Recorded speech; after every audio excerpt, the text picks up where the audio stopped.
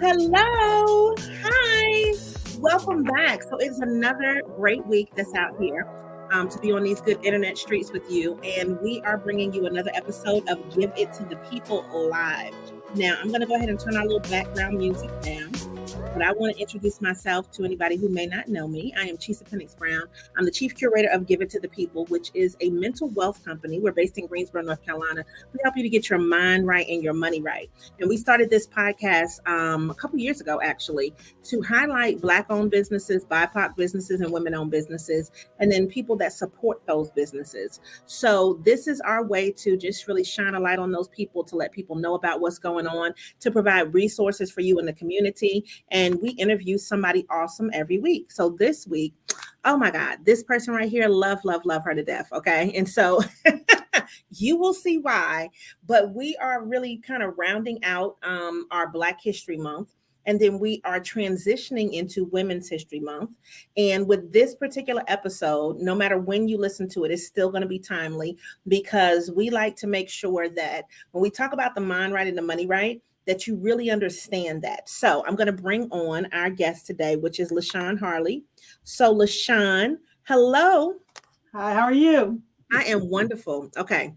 She is the lead igniter. And so I just want you to tell them, when you get that title as far as being the lead igniter at your company, I want you to just tell people, what does that really mean to be the lead igniter, and then how you help people. Yes, so just full disclosure, I use the Lean Model Canvas. And hello, everybody. And the Lean Model Canvas by Maria talking about your unique value proposition in 3 to 7 words. So I was always about trying to describe myself in 3 to 7 words. Well, I went to a John Maxwell training, and he said, "Can you describe yourself in 1 word?" I was like, "Ooh, 1 word." So I went around and asked other people, "What do I do for you? How do you see me?" And people kept saying, "You spark things, you fire people up, you fire up." I said, "Like igniting?"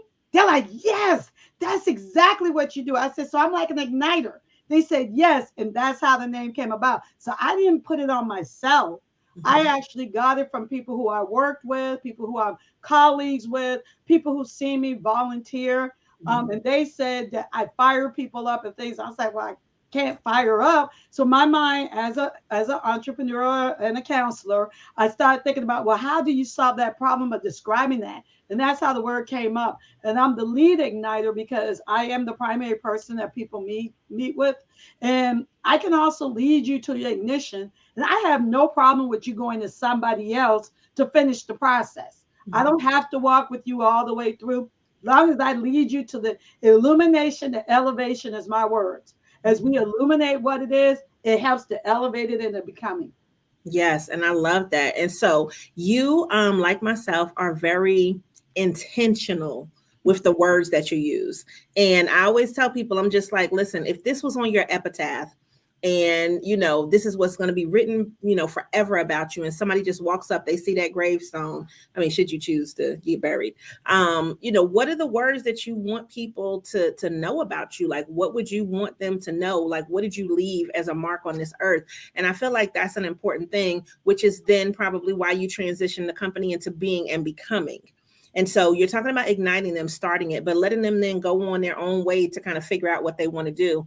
And just for anybody, if you're just joining, we're talking about like the business coaching side of things, like getting people to a point and then saying, listen, okay, well, now you're good, so you can keep on going. But can you give us a little background on being and becoming, and what made you even create this company? So I've been in some form of business. I call it A to T because I haven't gone past the T in the alphabet yet. Writing is coming up. So I've been an advisor, a coach, a counselor, a consultant, an instructor, a teacher, a mentor, a presenter, a speaker, a trainer. I've done all of those different things, and I've done them under some form of LAH, which is my name, my initials of my name. So in talking and figuring out who I want my customers and clients to be and what I want them to get, I said, is that sufficient? So I still have the LH, and now it's companies as my overarching. And people are like, well, you got plural, but you're just one. I said, bigger things are coming. I don't set things up for today. I work on today to get me to the future. I'm shooting for the moon, but I got to go up my steps to get there. So I'm talking about where I'm going, which is that part where you talk about words. I'm doing legacy making, Come on. destiny fulfilling. So that's where I was looking at. So I was calling into being, even though I was working for people when I was doing it, because my first business consulting position was through a nonprofit organization. Well, I had all these different names and I talked about all the things I was going to do with folks, nonprofit, for profit.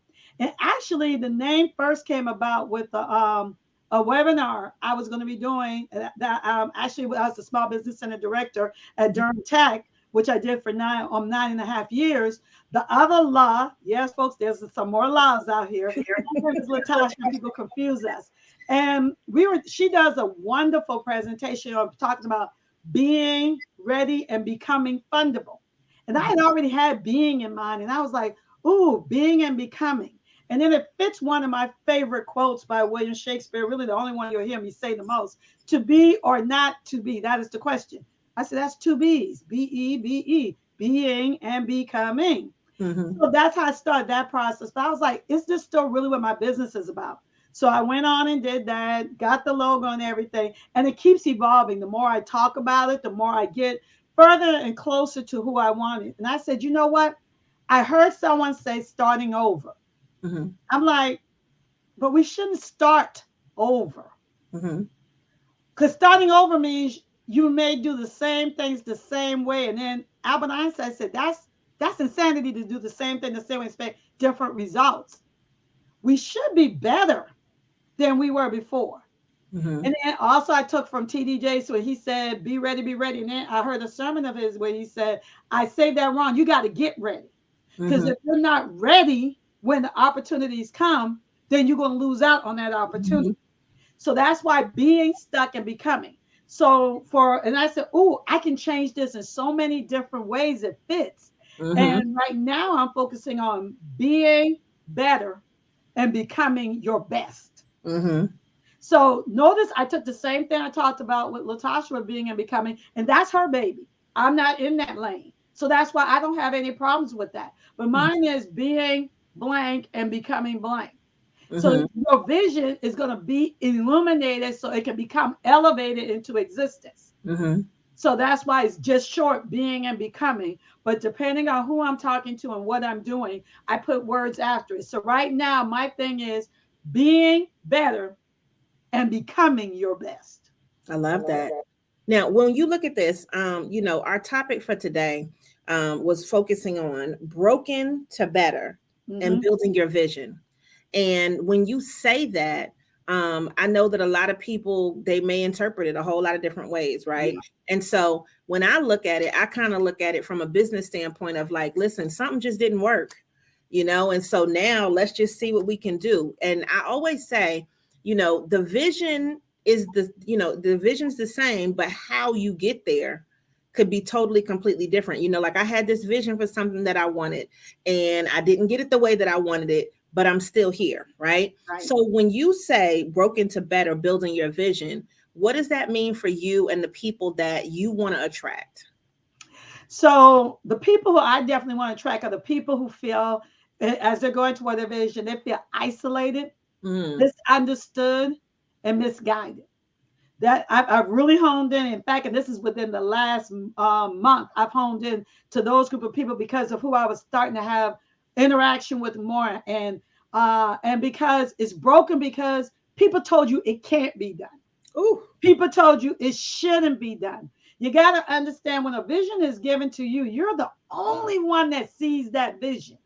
So the thing about it is that it's not about can it be done. It's about how it should be done, where it should be done, with whom I should do it for, and with whom I should do it with. That's is the key there. So people break down their ideas. So that's the negative side of the broken to better. It's the fact that you can build your vision. It's somebody who has to get into it. Now, am I going to take you on the far stream side and just because your vision is way out there? A lot of times people have ideas they call their vision, but that's not their vision. Mm. It's called that starting with why, with Simon Sinek made famous. But for me, I started with why with Dr. Miles Monroe, the late Dr. Miles Monroe, when he says you got to understand your purpose. Because see, there's power in knowing your purpose. Mm-hmm. Nobody else may know it or do your purpose, but with the power, when you know your purpose, you got power because then you can say they don't understand. Mm-hmm. But I'm going to show them. I'm going to be like the state of Missouri, the show me state. I'm going to show you better than I can tell you. Mm-hmm. Because actions speak louder than words. So my thing is let's build your vision. But even though it was broken, then the other side is some people are so, and I'm so glad you said what you said about vision. So Mm-hmm. many people buy into the idea of what they're going to do rather than the vision.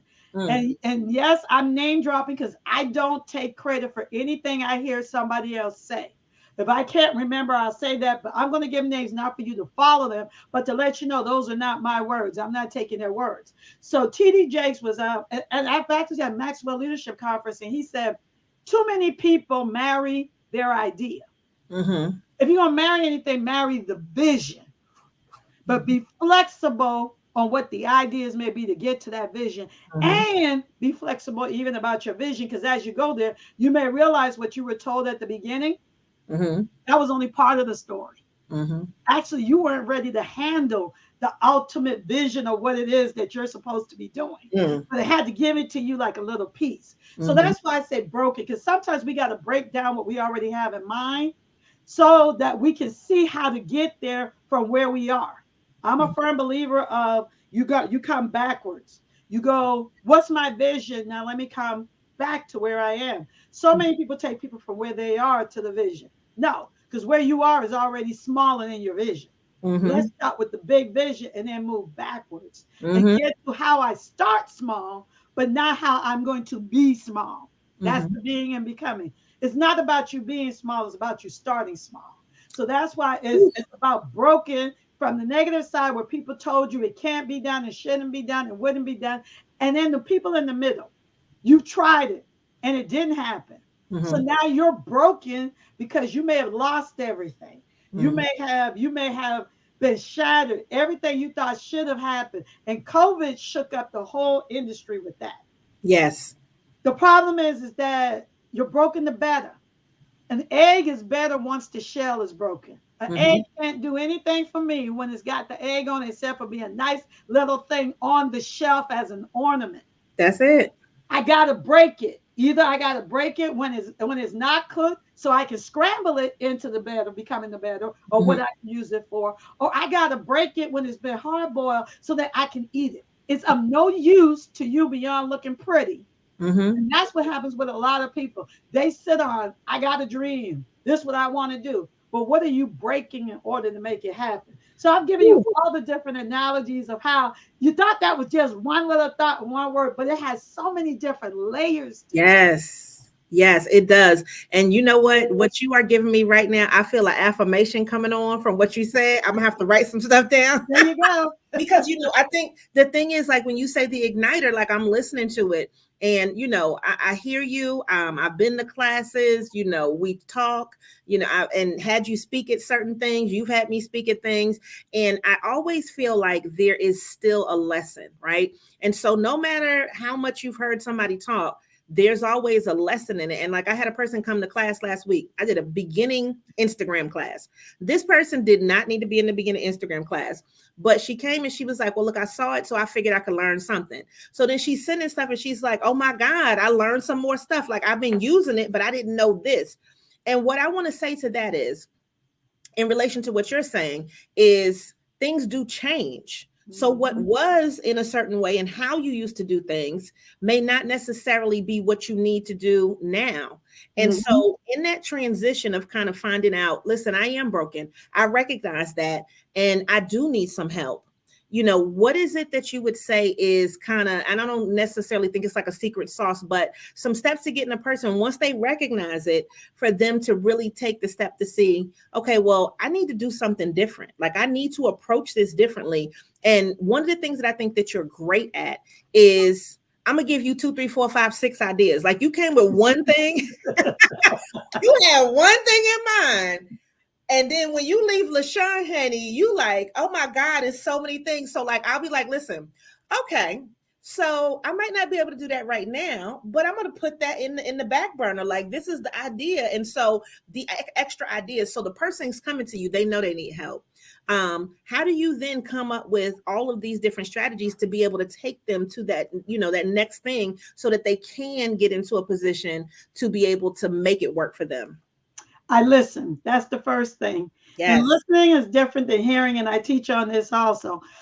Hearing me something we do automatically. The words come in, we get definition and things of that nature.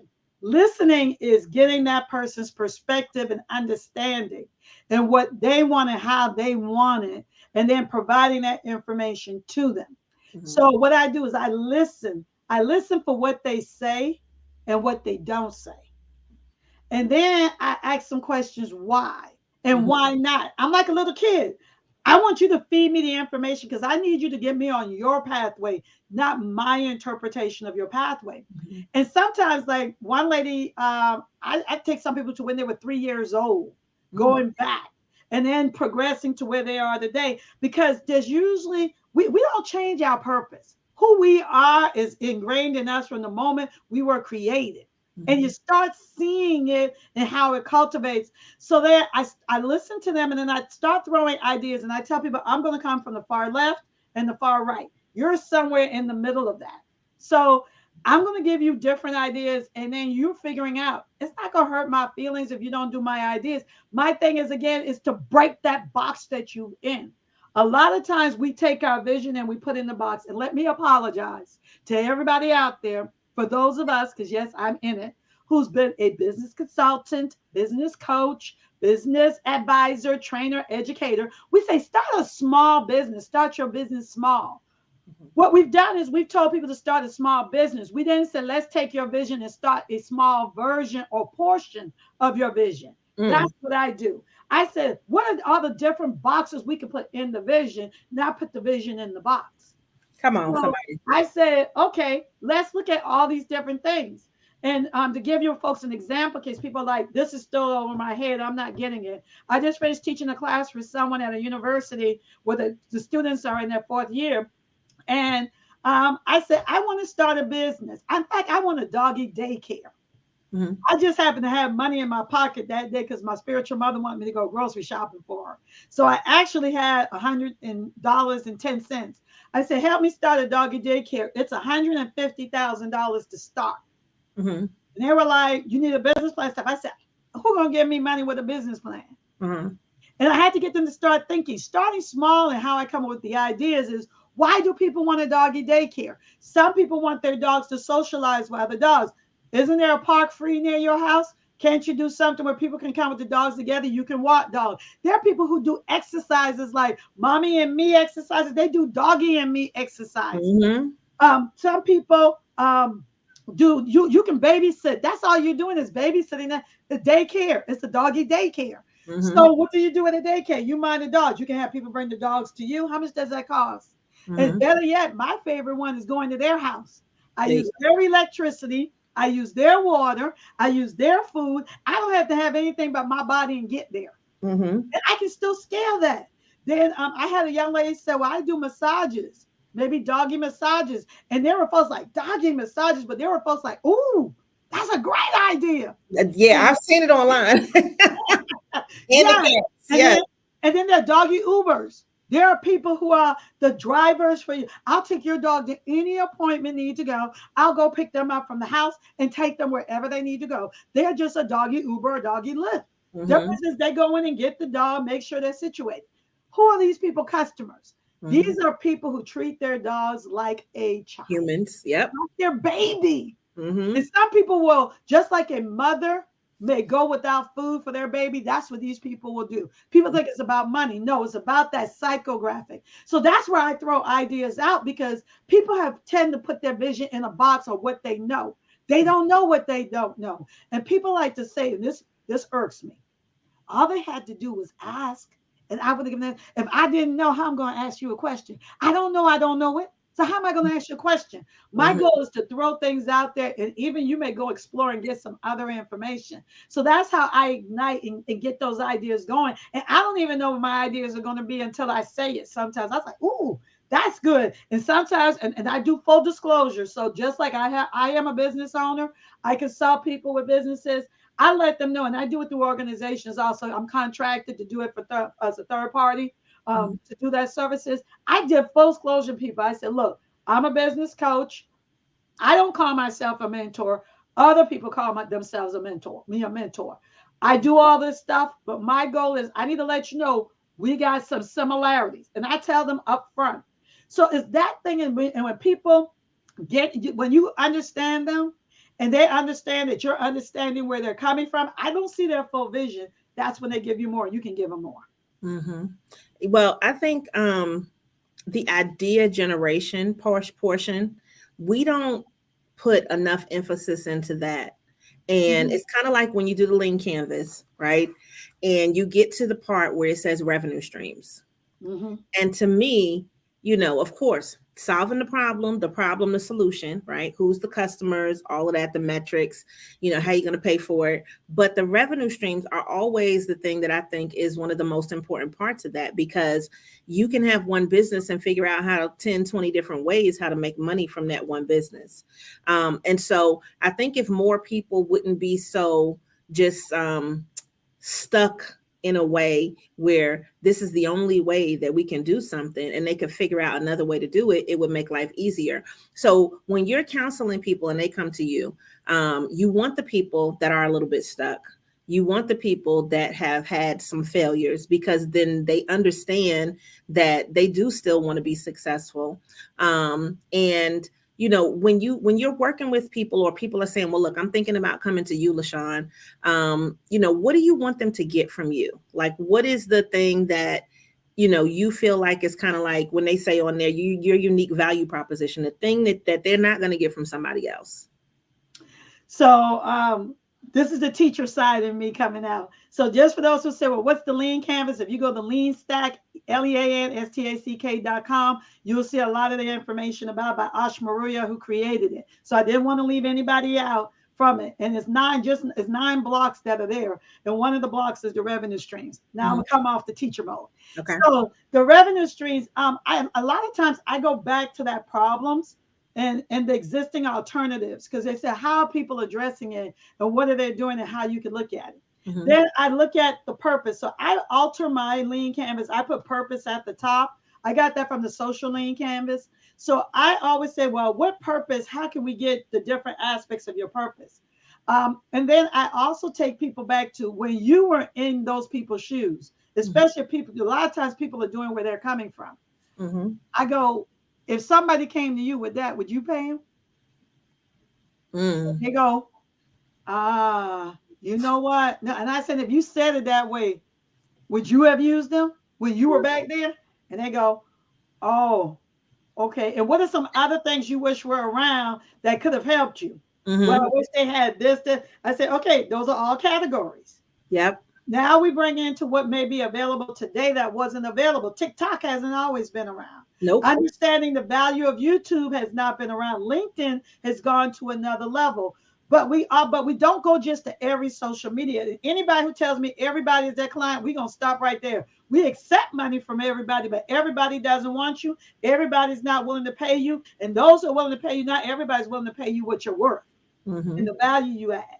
So what are the different things that you can add value? And it's getting back to that, what can you do with you by yourself? If you can't hire employees yet, what Hmm. can you do by yourself without draining yourself? That also, what are some things that we call sleep money? Oh. And so, and y'all kind of cheesy because I happen to do a lot of stuff with the digital products. That's one of my go-to people for that. What can you do with sleep money that's Mhm. helping you to make money? Yes. Oh, who can you collaborate with? And collaboration, we only think of collaboration for one time. No, who has the people you're looking for? How can you all collaborate? How can you revenue generate? All that is marketing dollars, people. I'm giving them my money. That's your marketing dollars. They're marketing you to other people they already got as their trusted folks. So Hmm. that's the different revenue streams that you can look at is how do I get to my people? What do my people need? And then being open to hearing it. Because one of the things you talked about, Chisa, about the ideas, and then we get stuck on one thing. Our Hmm. problem is we're now a subject matter expert. We think, well, everybody should want it my way. If you do it your way, we're going to call you a hobby Mm. because you're not listening to your customers. The Mm-hmm. thing is, and Chisa and I both have gotten training in this at different times, is that opportunity discovery. It's not about having a great idea. It's about seeing an opportunity and taking advantage of it. Mm-hmm. Taking advantage of it is mean giving people what they want, when they want it, how they want it, that they're willing to give you what you want, the way you want it, and how you want it. That's the exchange of value. Our Mm-hmm. problem is this is the way I want to do it. And then the last thing I want to put out here that we've come across is people leave money on the table. And Ooh. what I mean that is you want to give people your A game for C price. They would have been happy with your C level See. at C price and thought you were the best thing since sliced bread, but Mm-hmm. you wanted to add. That's why those are premiums. You add on to that, and there's a cost for you doing that. Stop giving people all of your stuff. Been there, done that. I can talk about it all day long. Been there, done that, where I gave folks, oh, I'm going to give them my A game.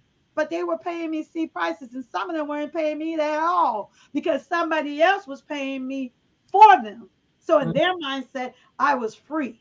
Mm-hmm. So that's one of the things that even some of us, even though we go through groups and organizations, people don't see that we're paid. They just think we're free. No, you already paid for it. You're just getting it free at this time. Mm-hmm. Nothing about us is cheapened and lowered. Don't think just because we might do something at a discount, we're not going to give you quality. Just like Jesus giving you all this. I'm Mm-hmm. hoping and praying that you all think you're getting quality from this. Might be Definitely. free for you to get it, but it's quality you're getting, baby.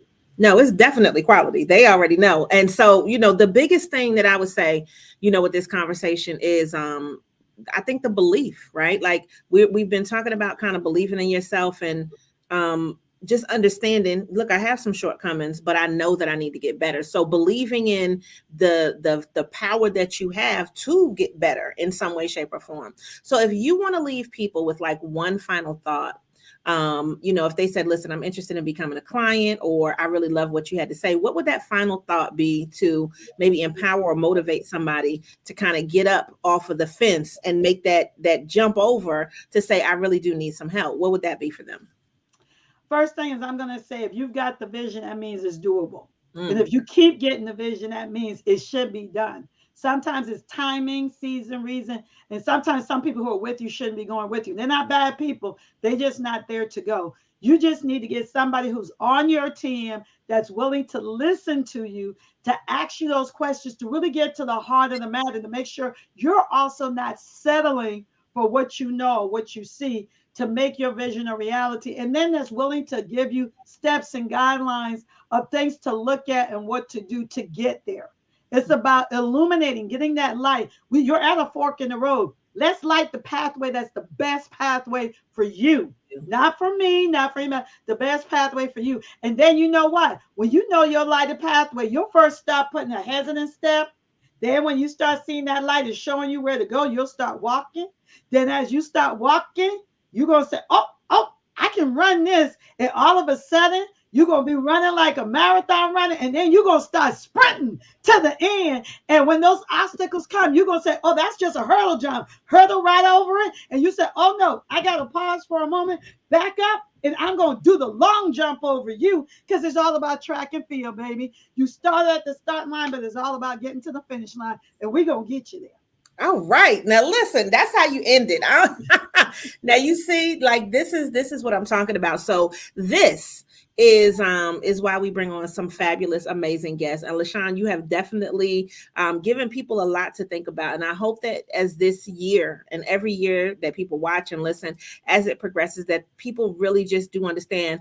And I always say that they can do it, and so whatever the thing is that they believe in themselves, they can do it, but you also might need some help along that way. And that's exactly some of the things that you're providing. So I want to thank you so much for being on today, giving us all this good inspiration and wonderful energy, because we always need that. It gives me a smile on a good Monday when we record these episodes. And so anybody else, if you need anything from LaShon, her contact information will be listed below the video. If you're watching this on the replay, you're more than welcome to leave a comment, because I will screenshot those comments. I share them with our guests that are on. And, we just want to make sure that people continue to get a light shined on the great work that they're doing out here. So again, thank thank you so much for being on. Everybody else, you know what you got to do. You always have to make sure that you show up and show out and continue to give it to the people. And then we'll see you for another episode next week. All right. Bye, guys.